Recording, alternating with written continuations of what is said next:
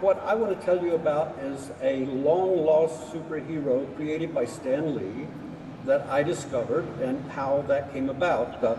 I feel kind of like Indiana Jones finding the Ark of the Covenant.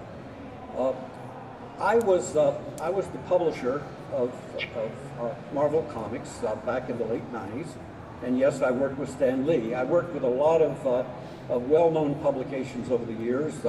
I've worked with Reader's Digest, the biggest consumer magazine in America. I've worked with Saturday Evening Post, the oldest magazine in America, with Harper's, the oldest monthly magazine in America, with Scholastic, the largest children's publisher in the world, and with Marvel Comics, the largest comic book publisher in the world. And yet, of all of those impressive companies I've worked with, what everybody wants to talk about is, did you know Stan Lee? And yes, I did. I worked with Stan and became good friends with Stan. And Stan and I worked at Marvel together. I was brought in actually as a consultant. An old friend of mine was president of Marvel back at that time, and he brought me in and said, I want you to do a consulting project to tell me how to organize the company to run better as a publishing company. And he said, I want you to take 6 months and write me a white paper. Well, 2 weeks later, he was pushed aside and a new president came in.